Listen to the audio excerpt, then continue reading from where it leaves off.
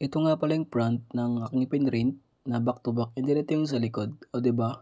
Pantay na pantay yan, tanong tutok ko sa araw. Kung makikita nyo, yan o. 'Di ba walang minty. So ikakat ko yan later. Watch nyo yung video hanggang dulo.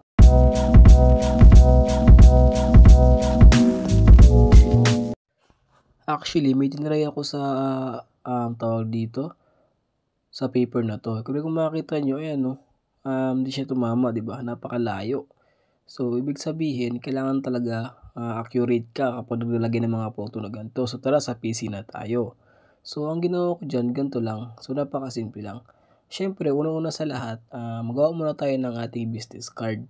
Kasi yung ginawa ko na yung business card po yun. So, punta ka lang sa Canva. Ngayon, kung wala ka account sa Canva, no problem. Mahirap gawa na account dyan. Google account mo lang yan, goods na yan. Ayan yung Canva. So, open na natin.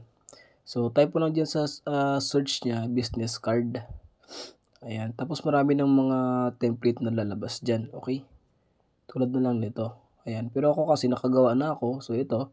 Ayan, may front and back na yan. So, marami pa naman yan dyan. So, depende sa inyo kung anong gusto nyo. So, sa akin kasi ito yung nagustuhan ko.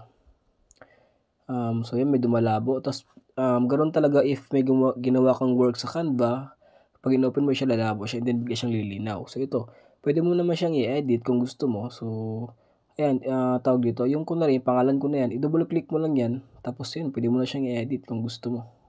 So, ayun kagandahan sa Canva kasi may mga template na kaagad. Tapos, free pa yan kung gusto mo i-download. Ayan.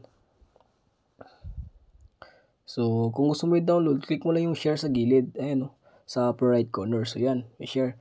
Tapos, may download dyan. So, click mo yung download. Automatic download din kaagad dun sa download folder mo. Dyan sa laptop mo. Or sa PC mo. Okay, so ito. Ngayon, subukan natin.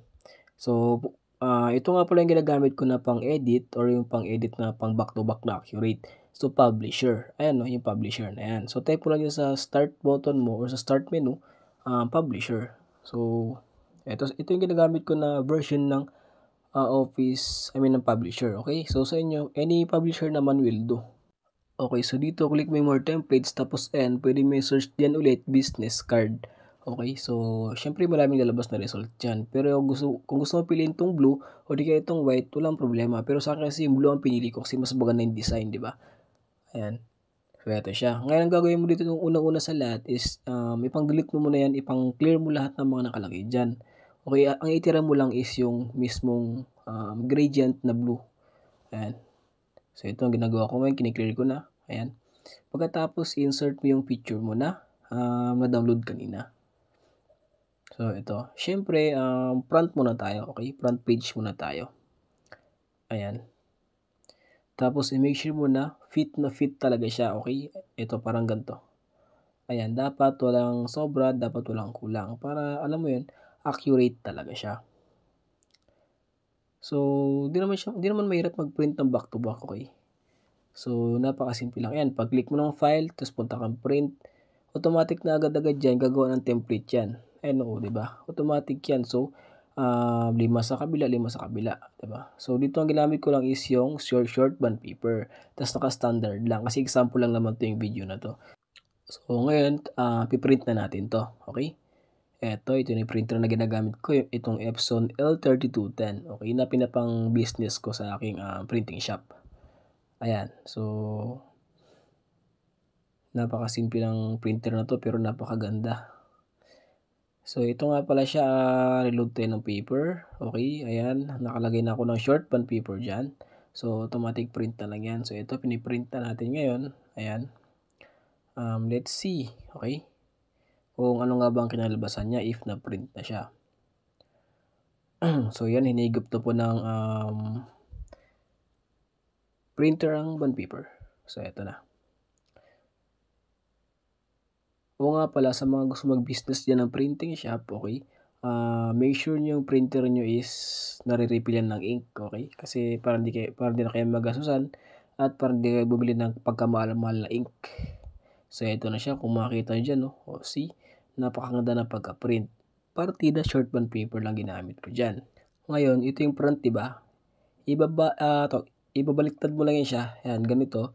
tapos ilagay mo ulit doon. Kasi dapat tama yung pagkalagay mo. Ngayon kung nagkamali ka doon, hindi siya magiging sakto. Magiging sakto man siya, pero baliktad. Dapat gano'n yung gawin mo. So, eto naman sa back part na tayo. So, gano'n lang, insert mo lang ulit. Ayun, ganito lang. Ayan, tapos i-fit mo lang siya ulit. Yan, gano'n lang kasimple. So, kumbaga ulitin mo lang 'yun, 'di ba? Ayun nga lang, ang crucial do'n kapag nagkamali ka ng ikot ng paper, ng lagay sa printer, okay? Kasi baka, magbaliktad. So, gawin mo lang ginawa ko kanina. So, gano'n lang 'yung kadali. So, ito nagpi-print na siya nasa likod, ayan. So, mabilis lang po siya mag-print kasi naka-standard lang 'yan. Pero kung kayo magpi-print, gamitan niyo ng photo paper, 'di ba? So, dapat naka-high 'yun, hindi naka-glossy, okay? Para maganda talaga 'yung print. Ito naman kasi example lang 'to. Ayan, so malapit na siya matapos. Ayan, tignan niyo, ayan, kung makikita niyo, o yan, back to back siya, 'di ba? Napaka-accurate ng pagka-print, 'di ba? So, automatic talaga siya. Hindi mo kailangan gumawa ng kung ano-anong template diyan. Isang click mo lang sa publisher, siya na bahala gumawa ng template. So, ayun, sa araw pa. Tinutok ko pa sa araw, 'di ba? Pantay na pantay yan. So, ngayon, gagawin ko dito is, since maganda naman and pantay naman, let's see kung pantay talaga if kinat na natin. So, sa part na 'to is ika-cut ko na siya. So, hindi ko naman ika-cut lahat yan, okay? 2 piraso lang. To serve as an example lang naman para mapakita lang sa inyo na talaga namang accurate siya, front and back niya, okay? Ayan, so oo nga pala kapag nagka-cut ka ng ganito, make sure mo lang na sapul talaga.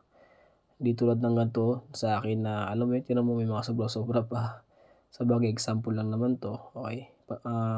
Gusto ko lang patunayan sa inyo na accurate talaga yung back to back na print natin. Ito, so ang ginagamit ko nga palang cutter is itong Coaf na 'to, okey, from Coaf. O sa mga tawag dito, alam ko mga may kaya diyan gumamit ka ng isang cutter na yung isa which is yung sliding cutter na malaki. Kasi yung sa Coaf na 'to medyo ano, kailangan maingat ka kasi minsan tabingi siya, o hindi siya accurate. So, dapat maingat ka 'pag ginagamit mo 'to o di kaya dahan-dahan ka lang. Especially kung bago ka pa lang. Ayan, so eto malapit na tayong matapos. Ayan, kung makita niyo tapos na rin naman siguro 'to, okey?